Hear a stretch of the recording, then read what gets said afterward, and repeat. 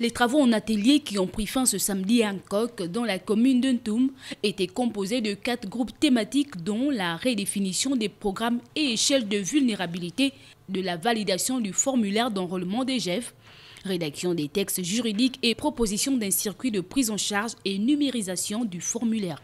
Au thème de nos travaux, c'est que nous avons fourni un formulaire d'enrôlement des Gabonais économiquement faibles. Nous avons pu redéfinir ces Gabonais, donner une définition de ces Gabonais économiquement faibles. Nous mettons donc en place des programmes particuliers sur la protection sociale. L'enquête IGF, qui a été élaborée en 2008, a permis de constituer le fichier des Gabonais économiquement faibles, lequel fichier n'a jusque-là pas encore été actualisé. D'où l'apport de la Direction générale des statistiques. La Direction générale des statistiques va fournir un outil qui va permettre d'actualiser ces données statistiques à partir de l'enquête que nous avons réalisée en novembre. Et cette enquête GEF a permis de définir des nouveaux critères qui vont permettre d'attribuer le statut des GEF.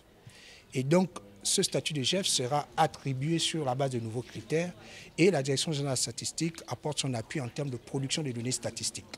5 principales recommandations ont été présentées au terme de ces travaux. Mise en place d'un programme pour l'autonomisation des GEF par les activités génératrices de revenus.